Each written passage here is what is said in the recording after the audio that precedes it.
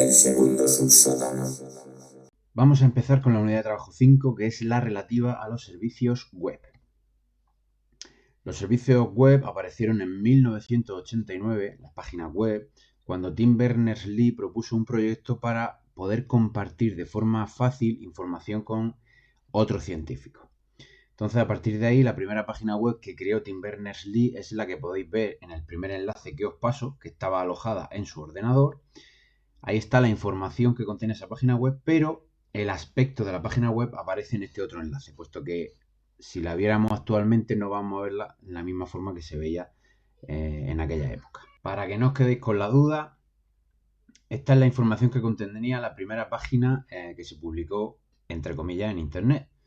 Pero no se veía como la estamos viendo nosotros ahora, se veía con este otro aspecto. En los ordenadores de la época, así es como se veía la página web en aquellos entonces. En cuanto a la estructura de la World Wide Web, es una red de contenido que está formada por documentos HTML y a través de los que accederemos usando el protocolo HTTP. De esta forma, todos los contenidos que nosotros vemos en una página web no tienen por qué estar residiendo en el mismo servidor al que estamos accediendo, sino que pueden estar repartidos a lo largo y ancho de todo el planeta.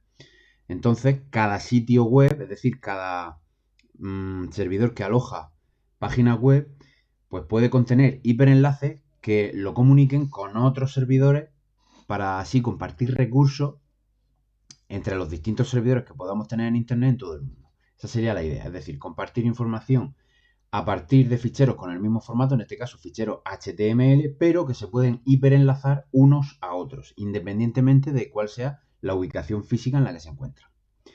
Bueno, para acceder a esa información necesitaremos lo que se llama el navegador web, ¿no? O lo que llaman HTTP el agente de usuario, como veremos más adelante. Otra necesidad importante es el hecho de identificar los recursos, poder identificar las distintas páginas web u otro tipo de recursos a los que queremos acceder. Entonces, en ese caso, nace o surge el concepto de URI, URL y URN. El URI es el identificador de recursos uniforme. Sería el nombre genérico que se le da a la secuencia de caracteres que identifica o localiza a un recurso lógico o físico. Y tenemos dos tipos de URI. Las URL o el localizador uniforme de recursos, que indica el protocolo que se debe usar para ubicar y acceder al recurso físico o lógico en la red. De tal forma que si la ubicación del recurso cambia, la URL también tendrá que cambiar. Es como un puntero, está apuntando a ese recurso. Si el recurso cambia de sitio, el puntero también tiene que hacerlo. Luego tenemos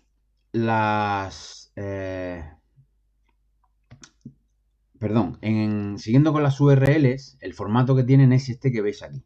Y os lo detallo campo a campo. Pero bueno, con un ejemplo lo vais a entender mejor. Mirad, esto de aquí, esto que hay en el recuadro superior, es una URL, ¿vale? ¿De qué parte se compone? Pues tendríamos primero el esquema, ¿no? Que sería el protocolo. En este caso vamos a acceder usando el protocolo HTTP. A continuación vendría, que esto es opcional, el usuario y la contraseña. Se recomienda no incluir aquí la contraseña en caso de usar este formato, sino solo el nombre de usuario, porque esto viaja en claro a la hora de hacer la petición. Entonces es mejor que la contraseña nos la solicite el servidor si en el caso de que ya esté haciendo uso de cifrado, ¿vale? A continuación vendría el host, que esto es el nombre o la dirección IP del host, ¿vale? Si ponemos el nombre, pues el servicio DNS entrará en juego, resolverá para traducir ese nombre a una IP y hará el cambio.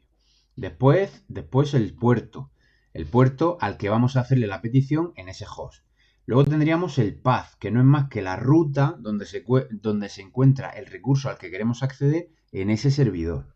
A continuación tendríamos la query, que es una forma de parametrizar con parejas clave-valor la búsqueda que estamos haciendo. Por ejemplo, si nuestro servidor tiene instalado PHP, yo a ese formulario de PHP, a esa página de PHP, le puedo indicar aquí los distintos parámetros con los que yo voy a hacer la traducción de esa página. Por ejemplo, si estoy cargando pues un informe, pues yo aquí le puedo poner el número de informe, ¿vale? Puedo poner aquí num informe y aquí el valor de ese num informe para que me cargue en esa página HTML los datos referentes a ese número de informe que yo le estoy indicando, ¿vale?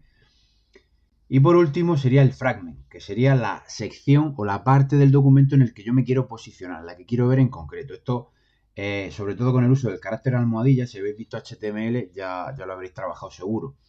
Es la forma en que yo me puedo posicionar dentro de un documento HTML en una sección en concreto, ¿vale?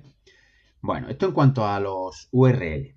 En cuanto a las URN, que son los otros tipos de URIs que tenemos, pues bueno, sirven para identificar a un recurso de forma persistente e independiente de la ubicación en la que el recurso está, ¿vale? Y bueno, la sintaxis es esta que os pongo aquí, esta de aquí, donde la primera parte es fija, ¿vale? El URN fijo es para indicar que eso es, que lo que estoy usando es una notación de URN. A continuación vendría el identificador de espacio de nombre y en función del espacio de nombre en el que estemos, pues viene la cadena específica que identificará ese recurso, ¿no? Esto como mejor se entiende con un ejemplo. Entonces, por ejemplo, este ejemplo de aquí creo que queda muy claro, ¿vale? URN, a continuación ISBN, con lo cual estoy indicando que lo que voy a identificar es un libro, ¿vale? Una obra literaria y a continuación, pues, el número, ¿vale? La cadena que identifica ese libro, ¿de acuerdo? Si queréis podéis buscar en internet a qué libro se está refiriendo esa información. Es un libro sobre programación, ¿vale? Bueno, ahora sí, vamos a lo que nos interesa. El protocolo HTTP es el protocolo de transferencia de hipertexto. Es el más popular de la capa de aplicación y es el que se usa para el acceso a páginas web. Su versión actual es la HTTP 2, que se publicó en mayo de 2015. Trabaja sobre el protocolo TCP en la capa de transporte y tiene dos modos de uso, por así decirlo. Lo normal es que usemos un navegador para acceder a las páginas web y ese navegador, cuando reciba las páginas web, las interpretará y nos las visualizará de una forma entendible para nosotros los humanos. Y la otra forma de usar el protocolo HTTP es que lo usen programas que realizan consulta al servidor de forma, de forma autónoma y gestionen esas respuestas para usarlas en la aplicación en la que estén desarrollados, ¿no?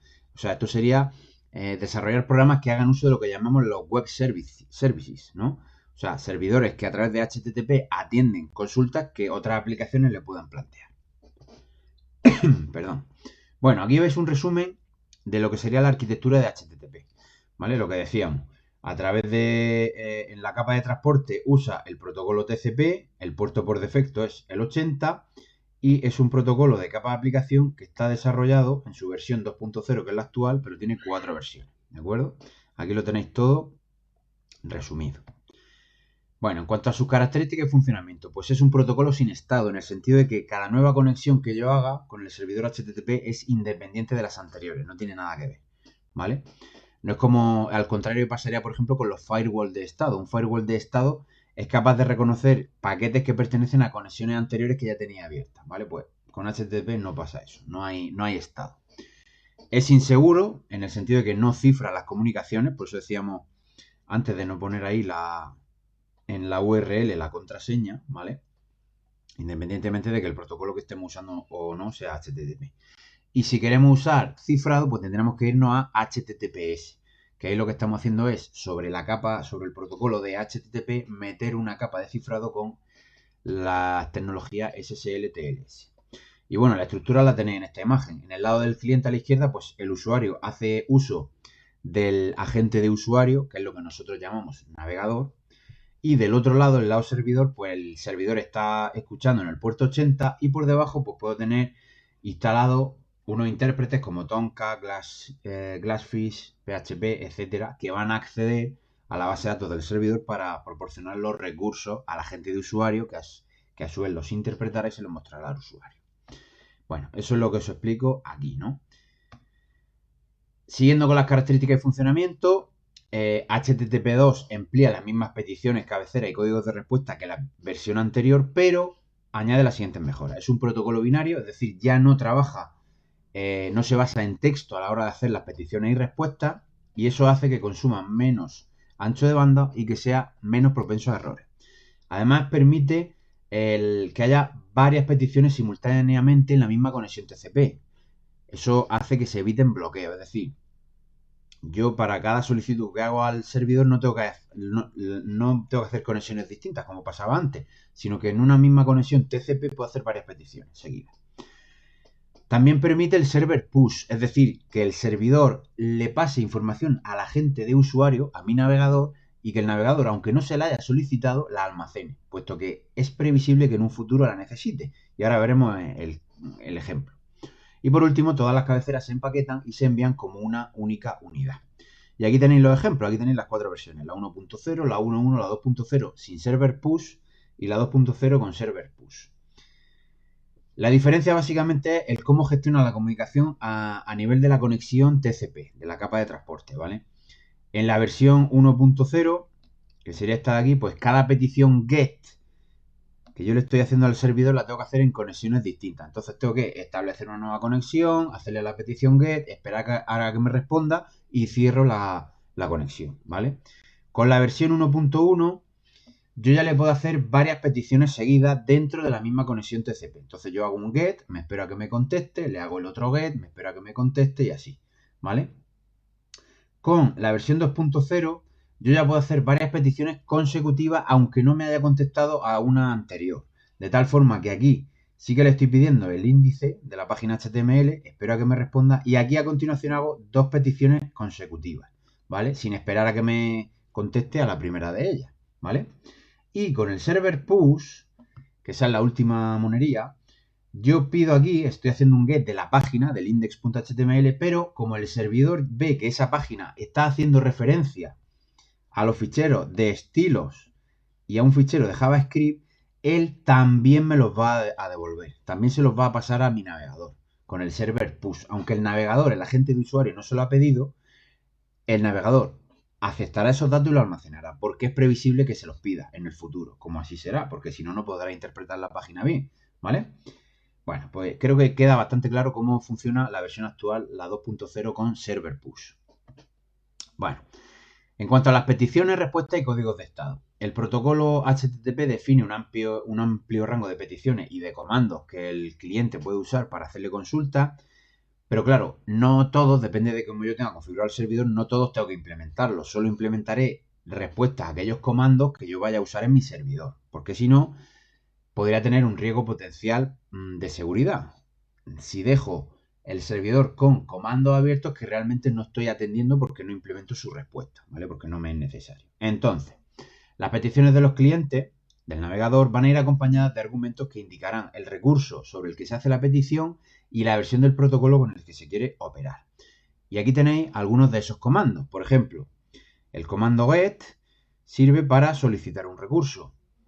El comando post sirve para enviar información a un recurso. De hecho, el post es como se hace ahora actualmente las solicitudes de los formularios HTML. Antes se hacían con put, si mal no recuerdo. Es decir, a través de la URL yo le pasaba ahí las parejas de clave o valor. Pero claro, ¿qué pasa? Eso es inseguro porque yo en la URL de mi navegador estoy viendo esos valores. Entonces yo, por ejemplo, si estoy haciendo una petición del número de informe número 100, yo en el navegador puedo cambiar ese valor de número de informe, en vez de que ponga 100, ponga 101. Y a lo mejor al informe 101 yo no debería tener acceso, ¿vale? Pero desde mi navegador estoy haciendo un poco la pirula, ¿vale? Y tengo acceso. Bueno, pues para evitar eso se hace uso de las cabeceras post, donde yo al formulario le paso a través de una cabecera el valor del informe al que voy a acceder. Y en la URL del navegador no se está viendo ese valor, no es modificable por el usuario. Bueno, con el put sería para reemplazar un recurso. Estoy subiendo un recurso y si ya existía lo estoy machacando. Al contrario que con el patch, lo que estoy haciendo es actualizar un recurso, por así decirlo. Es una modificación parcial, ¿vale? Luego también tenemos el delete para borrar recursos o el connect para establecer una conexión, ¿no? Para conectarme con el servidor. Bueno, como ya hemos comentado, ya he dicho que hay veces que yo le voy a dar al servidor informaciones adicionales. Pues esa información adicional puede ir también en las cabeceras, en los headers que se llaman, donde yo le puedo dar información como el tipo de contenido, idioma o codificación que soporta el cliente. Entonces aquí lo que os he hecho es poner un ejemplo. Y como siempre, en este caso, son pares de clave-valor, ¿vale? Separados por el carácter 2 puntos. Entonces, el valor de host, en este caso, es este de aquí. Estoy haciéndole una petición a ese host, al www.synthesis.com. El agente de usuario, que soy yo, el cliente, mi navegador, es este, el Mozilla 5.0, que corre sobre un Ubuntu, Linux, etcétera, ¿vale? ¿Qué formato acepto? Pues lo que se detallan aquí. ¿Qué lenguaje? Los que detallo aquí. ¿En qué forma de codificación? Vale, pues ahí, ¿qué tipo de conexión? Y le estoy pasando aquí unas cookies, ¿vale? Bueno, pues este es un ejemplo de cabecera. A continuación, una vez que el servidor reciba mi petición, pues me enviará una respuesta con un código de estado, un mensaje informativo, un conjunto de cabeceras de respuesta y, si se lo pedí, el recurso correspondiente. De forma similar a como pasaba en FTP, pues tenemos unos códigos de respuesta donde el primer dígito vuelve a ser el más significativo, ¿vale? Bueno, pues los códigos de respuesta son el 1XX sería respuesta informativa, solicitud recibida, continúa el proceso. El 2XX, que la molona que hemos visto antes, es la 200. La 200 quiere decir que ha gestionado la respuesta y que todo ha ido bien, ¿vale? Pues bueno, es eso. Respuesta de finalización positiva. Se completó la petición de forma correcta. Luego tenemos la 3XX, es una redirección, que faltan datos para completar la solicitud, así que hay que mandar alguna información más. La 4XX, que es error del cliente, sintaxis incorrecta o que no se puede cumplir. Este suele ser el error 404, ¿no? Entra dentro de esta categoría, ¿vale? De página no encontrada.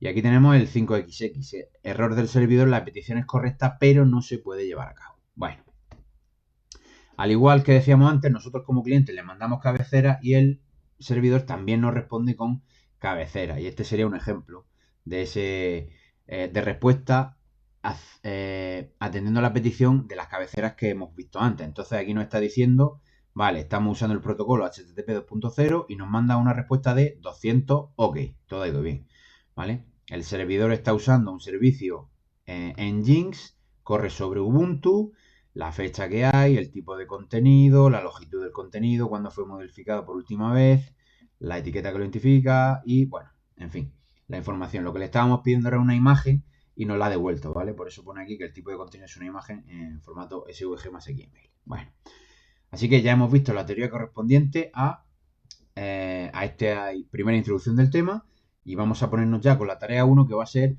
la implementación de un servicio web en Microsoft Windows Server 2019. ¡Ánimo!